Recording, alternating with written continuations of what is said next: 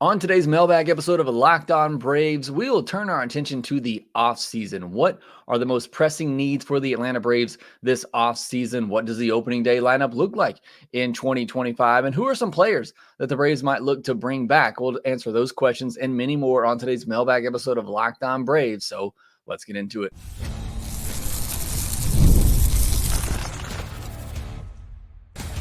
You are Locked On Braves, your daily Atlanta Braves podcast, part of the Locked On Podcast Network, your team every day. Hey, welcome back to Locked On Braves, part of Locked On Sports Atlanta, where we cover your favorite Atlanta sports teams each and every day. I'm your host, Jake Mastriani. You can follow me on social media at Shortstop Ball. Check out the podcast there at LockedOn_Braves. Subscribe to us on YouTube if you're new. Hit that thumbs up button. Leave me a comment down below, especially if you're an everydayer. Please let me know that in the comment section. Enjoy hearing that from you. Thanks for all your support here at Locked On Braves. And if you're listening to the audio version, you can help me out by leaving me a 5-star review on Apple, Spotify, or wherever you get your podcasts. And again, thank you so much for being an everydayer. Thank you for tuning in always to Locked On Braves, even here during the offseason, where again, we'll have a lot of content coming your way right now. We're still 5 days a week during the offseason, and will be for much of the offseason. So again, make sure you're subscribed. Should be an interesting one. And we're going to get into some of that today on today's Mailbag episode. We're going to look at the questions that I didn't get to last week that were more so looking towards the offseason. What are the biggest needs for the Braves? What do you do at shortstop?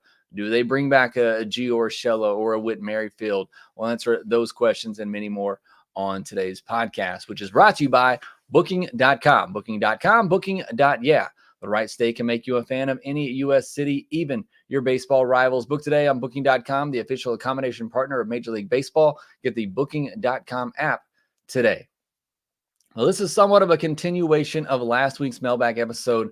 A lot of questions submitted last week. I generally focused more on recapping the 2024 season in last week's Mailbag episode and saved these questions that are more so focused on the offseason for today. So a lot of your questions, which we are going to get into more as we go throughout the offseason. We are again here still 5 days a week. So we got a lot to talk about, a lot to cover through the offseason. So some of these questions, I'll give greater detail in fuller episodes later on. So I'll more so just give you my initial broad takes on some of these questions and big topics as we enter the offseason.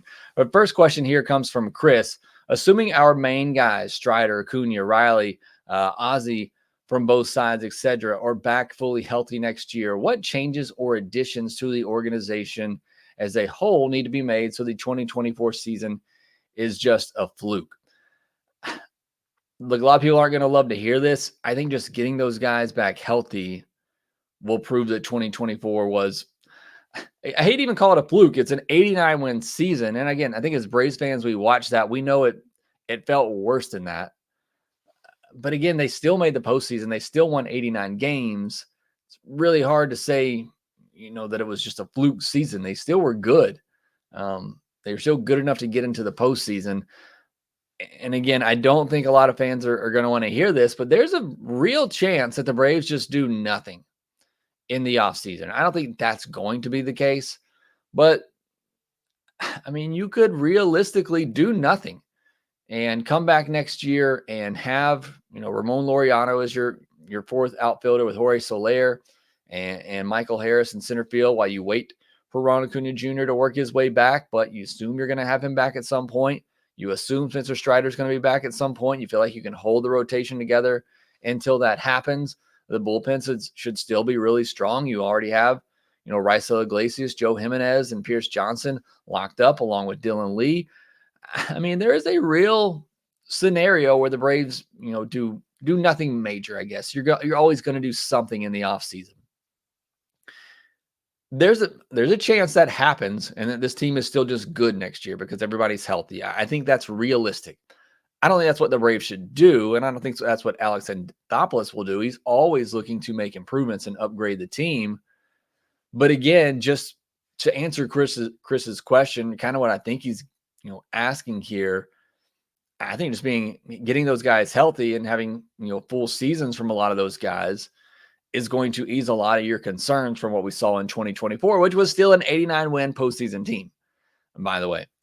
Elliot Van 9092 says, any major roster changes you think will happen, like upgrading from Orlando, Max coming back, or coaching staff changes? We already covered coaching staffs in a full episode earlier this week. You want to go back and give that a listen. It's already been said by both Alex Anthopoulos and Brian Snicker that the full coaching staff will be back for 2025 unless one of them decides to retire, step away, whatever, take another job. So I think the coaching staff will be the same. Shortstop position is one we're going to talk about a lot. And that's really the one area that you can look at on the lineup and say there's an opportunity for a significant upgrade there. So again, and this is kind of to Alex Anthopoulos' point, which we had a whole podcast covering his end of season conversation. And what he said in that is, right now there's no plans to really make any changes to replace anyone. But if something comes up, then certainly we will pursue it. And I think that's kind of the way it'll go for Alex Anthopoulos this offseason. Like I said, you can do nothing major, go into next year, have everybody healthy, and be fine, and be a really good baseball team. I believe that. I truly do. But if there are opportunities to make some upgrades, including shortstop, which, like I said, seems like the most obvious one, I don't think, Alex will certainly jump on it and make that happen. His goal obviously is to put the best team on the field from day one. And that's what he's going to try to do.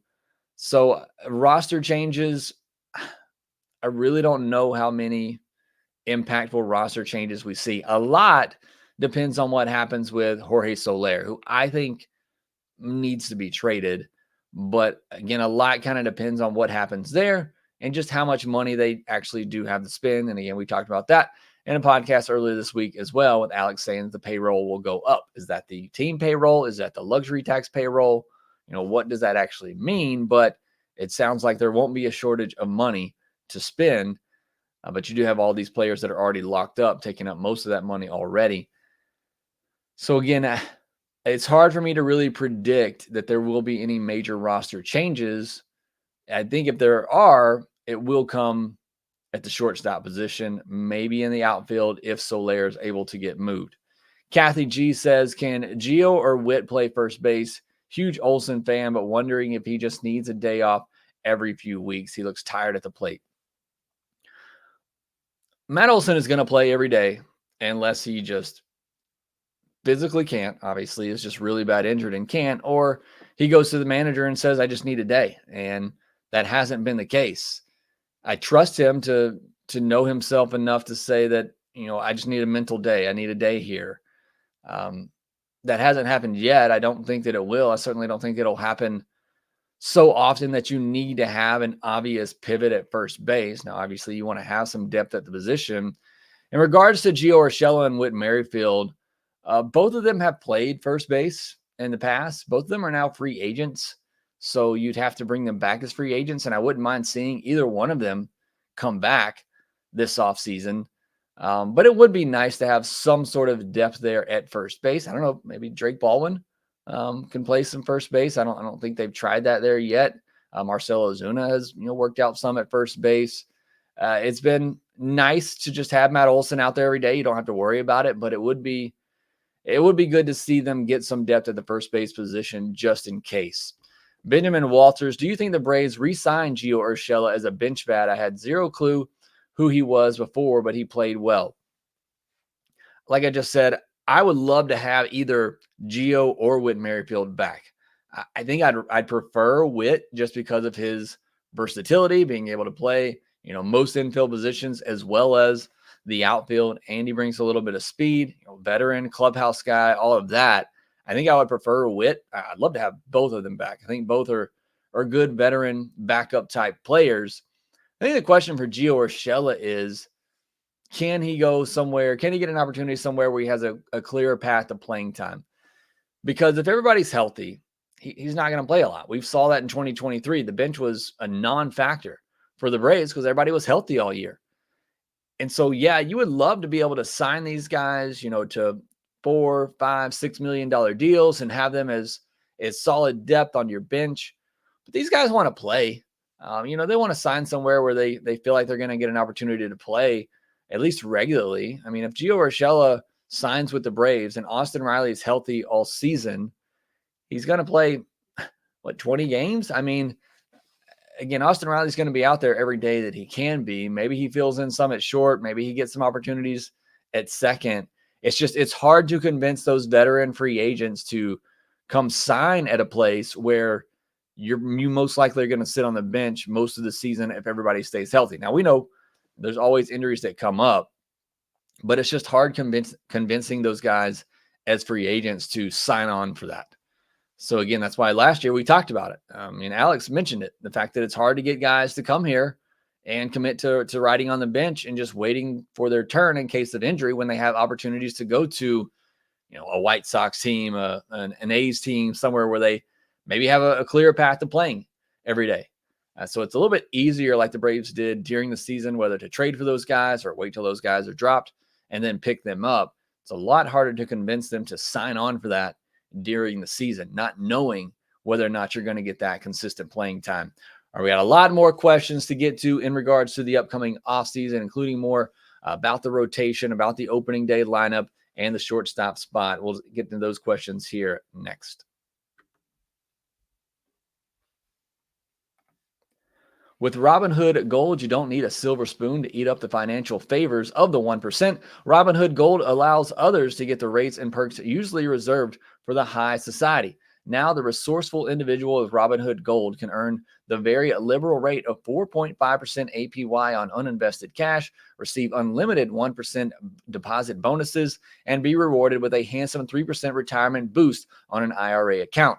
Robinhood Gold provides the privileges of a high net worth for any net worth. These generous benefits are now available for only $5 a month. The new gold standard is here with Robinhood Gold. Sign up at Robinhood.com/gold. Terms apply for product-specific disclosures. Visit Robinhood.com/gold. Investing involves risk. Rate may change. Gold membership is offered by Robinhood Gold LLC. Thank you, as always, for making Locked On Braves your first listen of the day. Go check out Locked On MLB for your second listen, solely catching up with everything happening around an exciting postseason. And make sure that you can find it on YouTube as same as you can here or wherever you get your podcast. It is part of the Locked On Podcast Network. We are your team every single day. We'll be back on Monday, looking a little bit at the Arizona Fall League, but also getting you caught up on what's happening in the postseason and continuing our Player 2024 recap 2025 preview series that we've been doing. Let me know who you want me to talk about next. Let's jump back into the questions, though. Still got a lot to cover.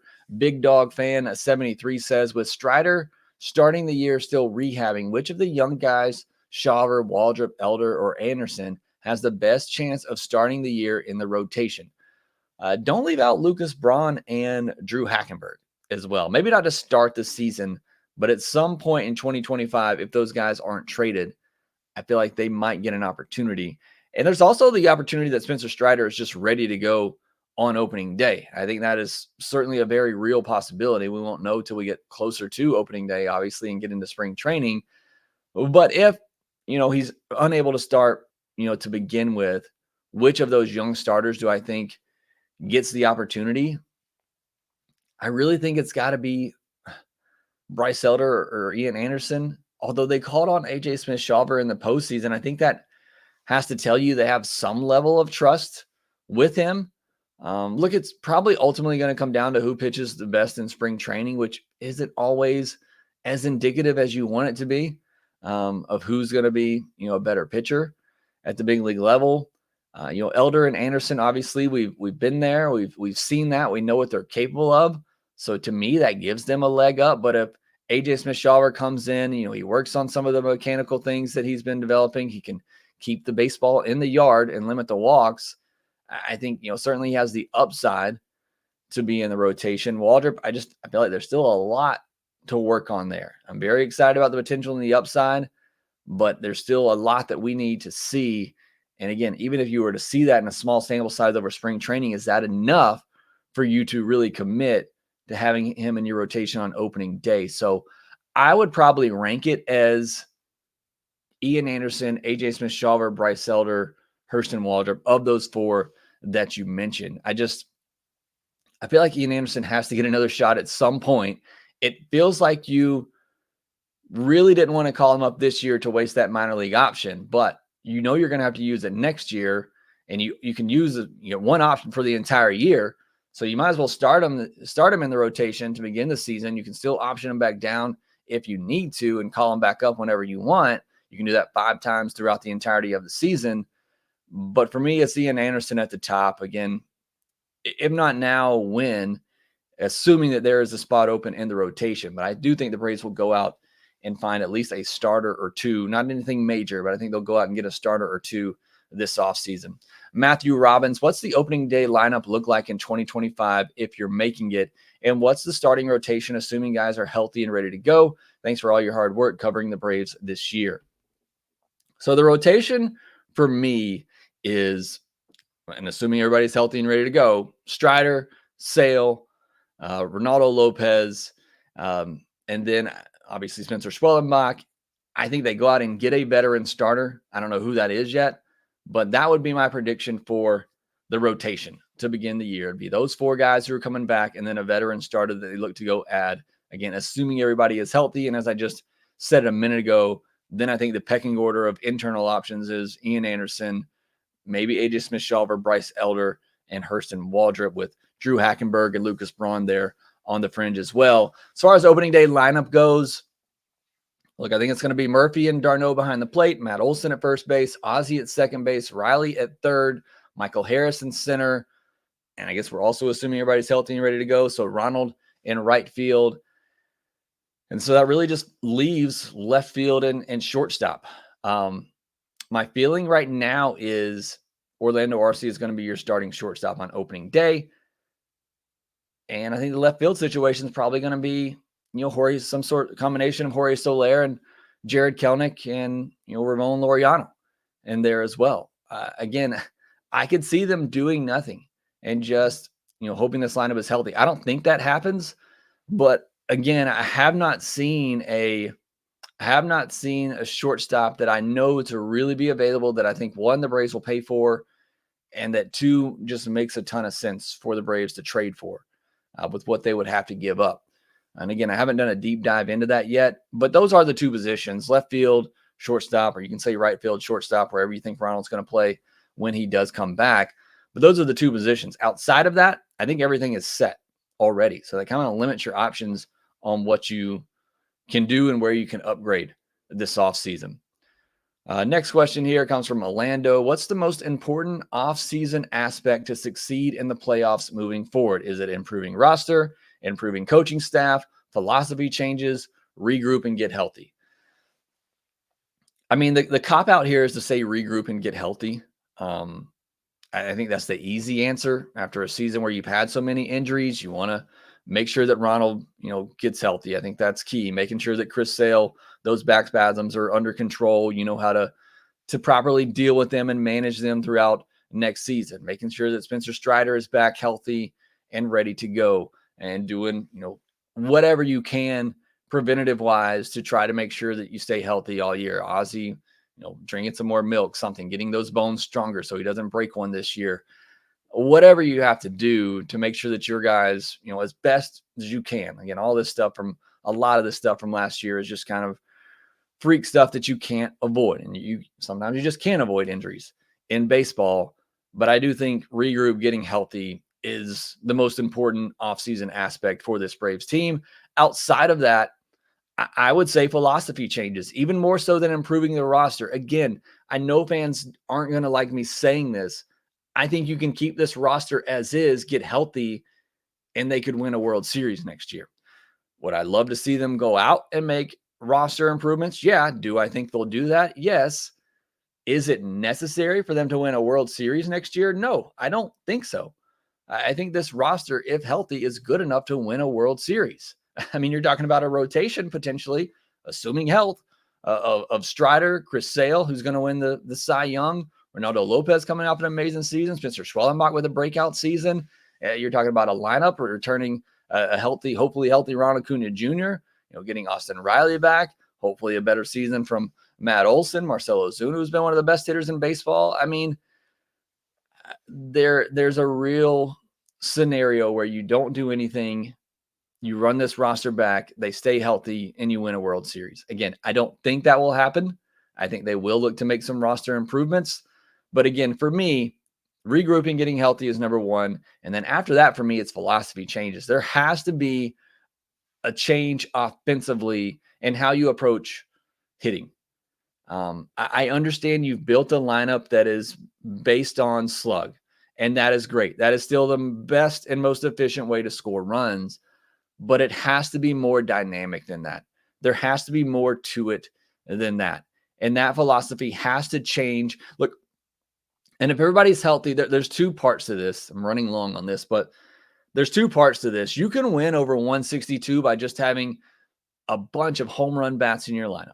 And if everybody's healthy and back next year and everybody's hitting their 25, 30, 40 home runs, this offense is going to be top in the league again, and they are going to win a lot of games.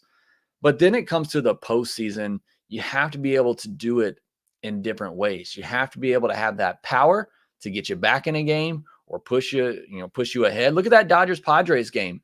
Dodgers are down 6-1.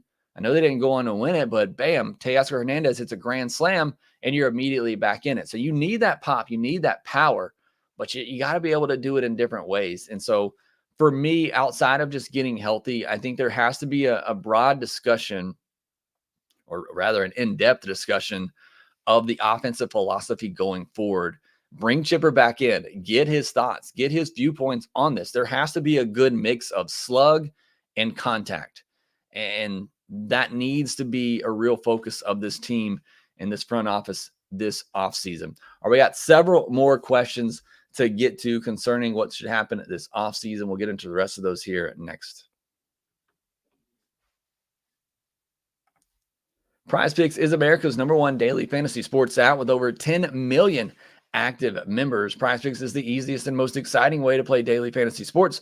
Unlike other apps on PrizePicks, it's just you against the numbers. All you do is pick more or less on 2 to 6 player stat projections and watch the winnings roll in. And you can now win up to 100 times your money on PrizePicks with as little as 4 correct picks. You can turn $10 into $1,000. And PrizePicks is available in more than 30 states across the country, including Georgia and Alabama. You're getting into those postseason games that have been a lot of fun to watch. Check out PrizePicks. Click on that MLB tab, and they'll have all the stat projections for you right there to pick more or less on. Download the PrizePicks app today. Use promo code LOCKEDONMLB and get $50 instantly when you play $5. That's code LOCKEDONMLB on PrizePicks to get $50 instantly when you play $5. You don't even need to win to receive the $50 bonus. It's guaranteed. PrizePicks, run your game.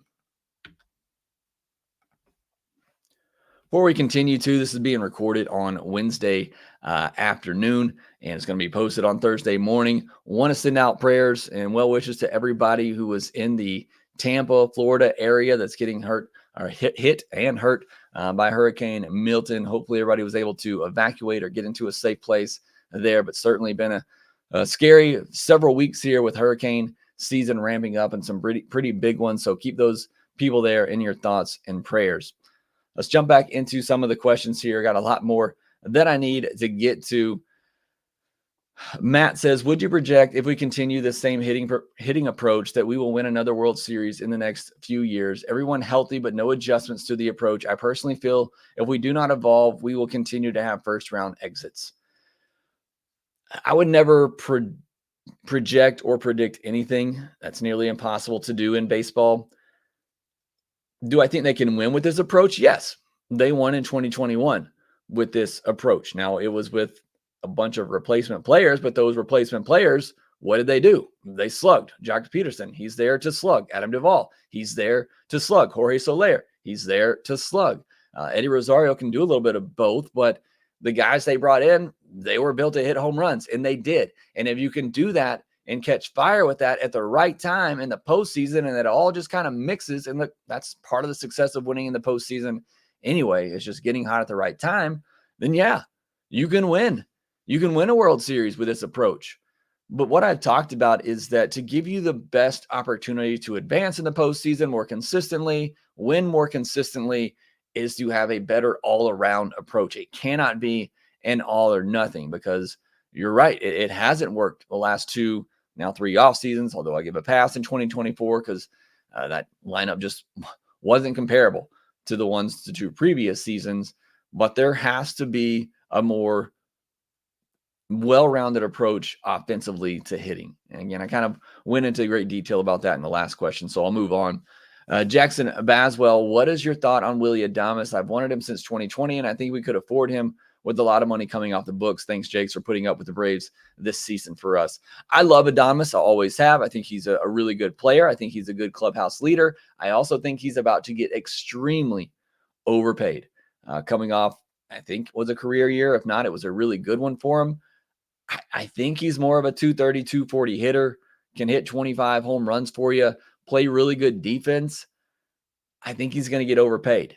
And if you weren't going to overpay for Dansby Swanson, who was a proven winner, a Gold Glover, and could give you a little bit offensively too, I don't think you're going to overpay for a Willy Adames, who again is probably going to be the most attractive shortstop this offseason. Maybe him and Ha-Seong Kim, who's coming off an injury. So Adames likely again to be one of the bigger bats available. Braves don't overpay for anyone. I certainly don't think they're going to for Adames, a guy coming off a career year, going into his 30s, all of that. So again, I like Adames. I've suggested that maybe the Braves should trade for him the past couple of seasons if he were available. He wasn't. They didn't. And now he's a free agent, and that just doesn't generally work out well for the Braves in getting some of the bigger free agent names on the market. Large, do you think Walker Buehler is a good candidate for Double-A on a 1-year rebound type of contract? I do. I certainly do. And he's obviously, a candidate for that, and a guy who has struggled coming back from a second Tommy John surgery. Great job by him, by the way, the other day after falling behind, 6-1 against the Padres. He was able to bear down and pitch through, I believe, 3 or 4 more innings and keep it right there. So I do think Walker Buehler is that type of candidate that maybe you get on a 1-year deal, a guy looking to rebound. I think that's a possibility. I don't know that I'm in love with it. Obviously, it depends on the price, but I could see him being a guy that AA goes after to get on a short 1-year deal and, see if he can turn things around. Sports fan 1976, realistically speaking, chances of keeping Max. Will they move to get a new shortstop? If so, possible options. I haven't really, as I said earlier, looked into the possible options other than the free agents like Willy Adames, like Ha-Seong Kim. If the Braves do upgrade at shortstop, again, unless Kim just comes at a discount because he's coming off an injury-plagued season, I don't see the Braves making a move at shortstop through free agency. I think it would have to be for a trade. I just haven't explored those possibilities yet. I know Bo Bichette's one that comes up a lot, but I just haven't really looked at the trade options yet. And as far as bringing Max back, you saw how emotional Max Fried was after the season. I think he knows he's done. And I think he would love to come to the Braves, but I think those conversations have been had. And I don't think the Braves have come close to what Max Fried is wanting, and honestly, probably what Max Fried deserves and should get. And he knows if you're going to stay with the Braves, he's seen what has happened to Freddie Freeman and Dansby Swanson. If you are going to be a Brave and then become a free agent, you're going to have to take a hometown discount. You're going to have to take a discount if you want to play here. Max Fried being a players union rep, it's just not likely to happen. So again, I think Max is gone. I thought he's been gone for 2 years now. I don't think they bring Max back, and I'm not really sure on the candidates, the shortstop candidates. And then also sports fans said, do they trade Soler? Thank you, Jake, for your coverage on the Braves. You make 2-hour drives to and from work variable. Well, glad you enjoy that. Glad it helps you get through that commute. I think they need to trade Soler. I just don't know, where does he fit? What type of return would you possibly get for trading him? I think Soler complicates things. You could trade Marcell as well. I think that would be the wrong decision because Marcel's been your best hitter for 2 years. I think they should trade Soler. Again, it's hard for me to envision what that trade looks like. What are the Braves getting in return for that? What team is paying for that? So we'll see. It's certainly one of the biggest topics of the offseason.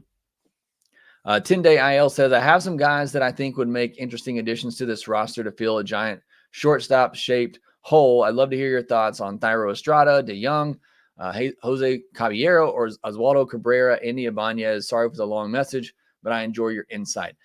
To be quite honest with you, I think I take Orlando Arcia over just about all of them. Some of them I don't even think are really shortstops. So I think you need to aim a little bit higher. I mean, Thairo Estrada is the only one maybe that jumps out, but again, I don't know that he's a shortstop. So again, there's nobody on that list that I just think is a major improvement over Orlando Arcia. All right, I got to wrap this up quick. I still got several questions to get to. SDJ says, do you see AJ Smith-Shawver ever being part of the rotation? I do. Again, we got to remember this kid is young. His development cycle was pushed extremely fast, faster than it should have been. And, you know, you just got to give him time. But I do think he'll be part of the rotation at some point, and maybe at some point in 2025, because he was making strides at the end of 2024.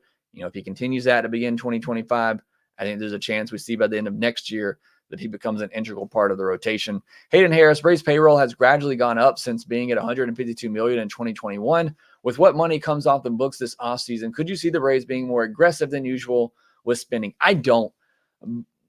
I know Alex said the payroll is going to go up. I think he means team payroll, but I'm not certain that they're going to go into the tax for a third straight year. Maybe they will. We'll see. But I don't see them spending aggressively anymore. And Alex isn't going to do that anyway. That's just not his style. He's not going to overspend for the sake of overspending. He's going to make, you know, calculated, smart business decisions to help this team both now and in the future. So no matter what money's available, I never see Alex Anthopoulos being somebody to spend aggressively. KO Slice, with a solid amount of our key pitchers in their mid to late 30s, especially with Fried and seemingly Morton going away, who do you expect the Braves to bring in to fill the hole in the starting and relief pitching core? Are the Braves, a lot of their pitchers going into their late 30s? You just mentioned the two older guys who are going to be getting, you know, tossed out. I guess Lopez and Sale would fit that. But, you know, Strider's obviously in his 20s. Schwellenbach's a young guy. And you got, you know, some other guys coming up as well who are on the younger side. So I think they're fine with what they have. Like I said earlier, I do think they're going to go out and get a veteran starter. I haven't really looked into who that might be yet, but I do think they look to get a veteran this offseason for the rotation. Zach from Prize Picks, 2025 starting shortstop, realistic or dream scenario, don't matter who's your guy. Ezequiel Tovar is a guy that I like. I know he's underperformed offensively, but I love his glove at shortstop. I think, you know, there's more in the profile there for him on offense. That's just one guy that comes to my mind. Again, I haven't really, we'll obviously have a full episode on Orlando Arcia. May have actually already had a full episode on Orlando Arcia that's going to come out Wednesday night, as I'm obviously recording this Wednesday afternoon, as I'll be out of town this weekend. But as we get into the offseason, we'll look at some shortstop options for sure. Judy Chops, what changes do you see being made at shortstop and left field? Looks like we might have a winner in left field. I don't know who the winner in left field is in this equation, but right now, you know, it's either Kelenic, Laureano, Soler, unless something happens. And at shortstop, we touched on that a lot. I don't see any obvious huge upgrades at shortstop that are available this offseason. But again, we'll get into more of that as the offseason rolls along. But thank you so much for making Locked On Braves your first listen of the day. Check out Locked On MLB for your second listen. Make sure you subscribe on YouTube if you're new. Hit that thumbs up button if you haven't already. Leave me a comment down below. And make sure that you follow us on social media at shortstopball, at LockedOn_Braves. Make sure that you rate, review, and subscribe to the Locked On Braves podcast wherever you get your podcast. And we will talk to you next time.